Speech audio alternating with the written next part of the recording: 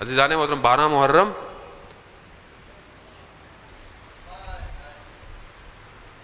لٹا ہوا، آپ نے سلام میں مرثیے میں پڑھا، سنا، کاروان بڑی رونق کے ساتھ کربلا پہ اترا تھا، خیمے لگے تھے، ہماری سید زادیاں بڑے احترام کے ساتھ اتاری گئی تھیں، بہت مان کے ساتھ بنی ہاشم اپنے خیموں کے پہرے دے رہا تھا، مگر جیسے ہی بنی ہاشم کے چراغ بجھتے گئے، امام حسین علیہ السلام، آپ نے عاشورہ میں مصائب سنے ہوں گے کہ جب تک حضرت عباس تھے جب تک خیموں کی طرف نہیں دیکھتے تھے، صرف مقتل کی طرف جاتے تھے جو بدن اٹھانا ہوتا تھا، مگر جب حضرت عباس چلے گئے تو میرے مولا کی ایک نگاہ خیمے کی طرف اور ایک نگاہ مقتل کی طرف، نہ جانے کتنا خیال تھا میرے مولا کو اپنی بہنوں بیٹیوں کا، لیکن جیسے ہی میرے مولا دنیا سے گئے خیموں پر غارت پڑ گئی، خیمے جل گئے۔ عزیزان محترم، یہ جلے ہوئے خیمے جل تو گئے مگر آج تک انسان کی جہالت کو روشنی دے رہے ہیں، یہ جلے ہوئے خیمے ہیں۔ عزیزان محترم، یہ دشمن نے خیمے جلائے، سمجھا کہ شاید میں اس خاندان کو مٹا دوں گا، مگر میرا سلام ہو بی بی زینب سلام اللہ علیہا پر کہ جنہوں نے اپنے بھائی کے اس پیغام کو ایسا زندہ رکھا کہ آج تک اسلام کی بقا زینب سے ہو رہی ہے۔ یہی تو ہے عزیزی، بڑا پیغام ہے یہ حضرت زینب کا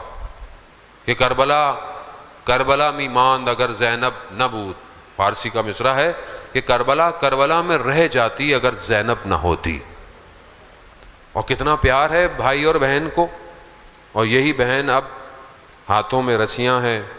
اور عجیب سی حالت ہے، یعنی ہمارے لیے پڑھنا شاید بہت آسان ہو لیکن ان کیفیت کو سمجھنا بڑا مشکل ہے۔ عزیزان محترم،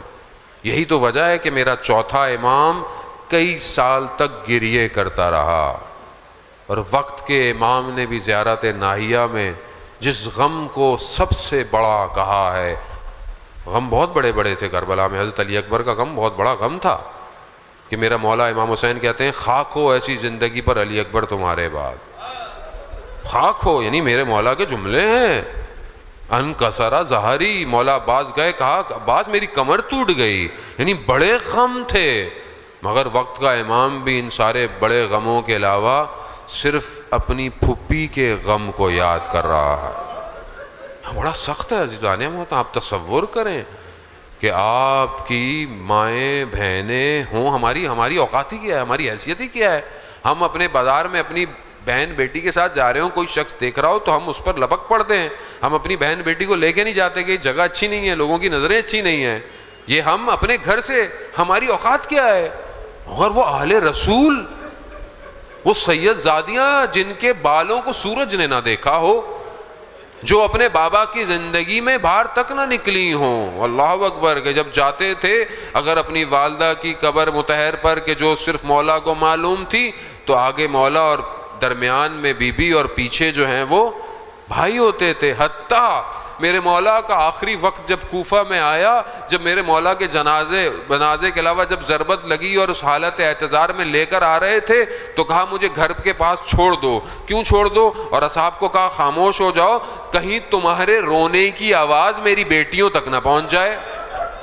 یعنی اتنا مولا خیال کر رہے ہیں آپ کہ آپ کی بیٹیوں تک رونے کی آوازیں نہ پہنچیں۔ اور تاریخ گواہ ہے کہ جب میرے مولا مدینہ سے اپنی ان سید زادی بیٹیوں کو لے کر آئے ہیں تو صبح کا وقت تھا کوفہ پہ، کہا انتظار کرو رات ہو جائے تاکہ کسی کو پتہ نہ چلے اہل حرم داخل ہو رہے ہیں۔ مگر 61 ہجری کا کیسا محرم ہے کہ یہاں پر جب لٹا ہوا کاروان پہنچا تو رات تھی، دشمن نے کہا انتظار کرو، صبح جب بازار سج جائیں تو ان کو لے کر آنا۔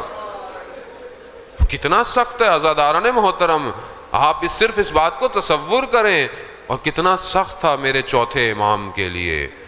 اور عجیب ہے کہ بچی ہے، جو بار بار ایک ہی نیزے کو دیکھ رہی ہے۔